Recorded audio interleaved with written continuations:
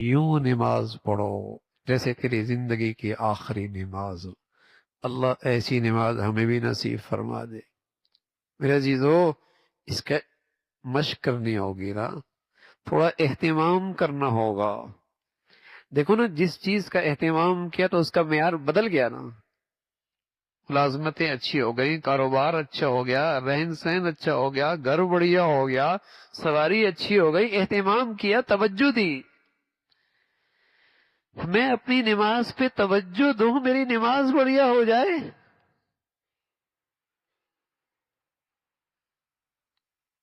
نماز سے پہلے مسجد میں آیا، اللہ کے سامنے پہلے نماز پڑھی، تحیت المسجد پڑھا، حاجت پڑھی۔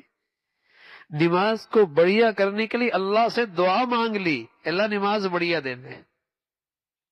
یہ اہتمام ہے، یہ توجہ ہے کہ یہ فریضہ بڑھیا ہو جائے۔ بھاگتے دوڑتے آیا، بھاگتے دوڑتے نکل گیا، خیال ہی باہر رہا، خیال ہی باہر رہا، باہر ہی رہا۔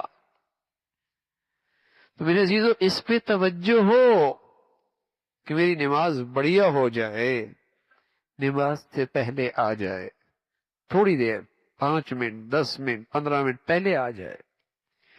میں نے اپنی نماز بڑھیا کرنی ہے۔ عجیب بات ہے، اللہ کے نبی سمٹ سمٹ کر ہزاروں باتوں میں سے اسے نصیحت کر رہے نماز، اور میرے پاس اس کے لیے 15 منٹ پہلے وقت نہیں، جس سے میری پوری زندگی میں نکھار آ سکتا ہے، پوری زندگی میں حسن آ سکتا ہے، پوری زندگی میں تبدیلی آ سکتی ہے، وقت نہیں ہے۔ کل قیامت میں سب سے پہلے نماز۔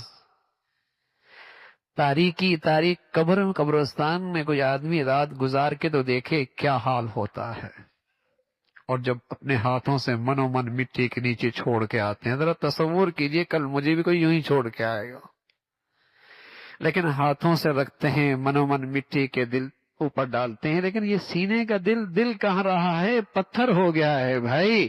ان آنکھوں کے حرام دیکھنے نے، اس آنکھوں کے حرام دیکھنے نے، لقمہ حرام نے سینے کا دل کہاں رہنے دیا؟ پتھر بنا دیا۔ اثر ہی کوئی نہیں لیتا، اثر ہی کوئی نہیں لیتا۔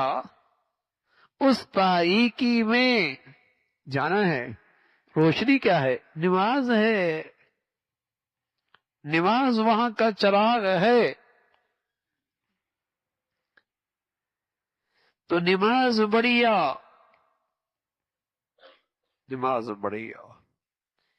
تو میرے عزیزو، اسے توجہ ہو، اسے اہتمام، اس کا اہتمام ہو، مرد بھی عورت بھی۔ اذان ہوتی ہی مصلی پہ عورت بھی، اس سے پہلے نفل ہے، اس سے پہلے سنتیں ہیں۔ یہ سب کیا ہے؟ فرض کی تیاری ہے، تاکہ نماز فریضہ بہت بڑھیا ادا ہو، فریضہ بہت بڑھیا ادا ہو۔ تو یہ نماز کا اہتمام ہے۔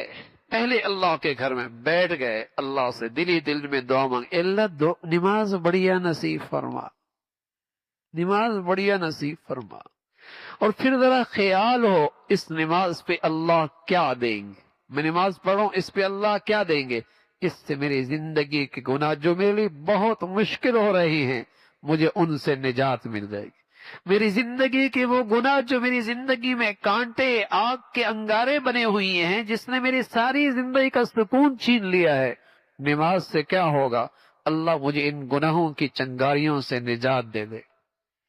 کچھ اس رخ سے نماز پڑھیے تو صحیح، پھر دیکھیے اس نماز کی برکت سے کیسے گناہ چھوٹتے ہیں، کیسی ہمت اور حوصلہ ہوتا ہے کہ میں نماز کیوں پڑھ رہا ہوں؟ اپنے اللہ کو راضی کرنے کے لیے۔ کیا ملے گا؟ میری زندگی اللہ کی رضا والی بن جائے گی، میری زندگی سے گناہ کے کانٹے، آگ کے انگاروں کی تپش نکل جائے گی۔